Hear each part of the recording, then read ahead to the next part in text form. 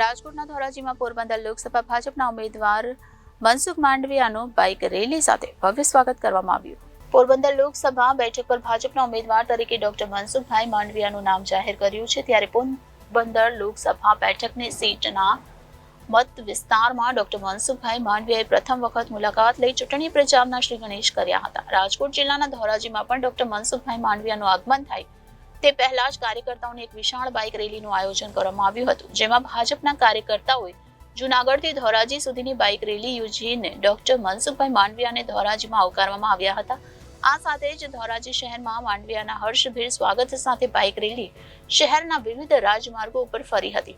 આ પ્રસંગે ડોક્ટર મનસુખભાઈ માંડવિયાએ કાર્યકર્તાઓનો જુસ્સો વધારવા માટે કેન્દ્ર સરકારે જમ્મુ કાશ્મીરમાં નાબૂદ કરેલ 370ની કલમના કાર્યને યાદ કરીને આગામી ચૂંટણીમાં ફરી કેન્દ્ર સરકારમાં ભાજપની 370 બેઠકો આવશેનો દાવો કર્યો હતો।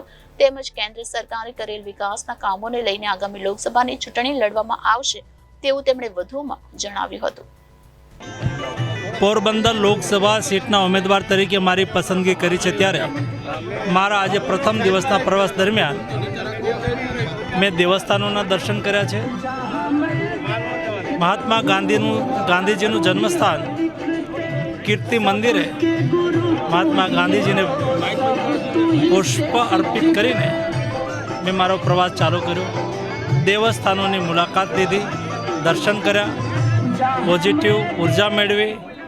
જે રીતે રસ્તામાં જનતા જનાર્દનનો મને સહયોગ મળ્યો, જનતા જનાર્દન ઉપસ્થિત રહીને મને પ્રોત્સાહિત કર્યો, એના આધારે હું એટલું ચોક્કસ કહીશ કે ભારતીય જનતા પાર્ટી 370+ અને NDA 40+ સાથે ફરીને એકવાર મોદીજીના નેતૃત્વમાં સરકાર બનશે।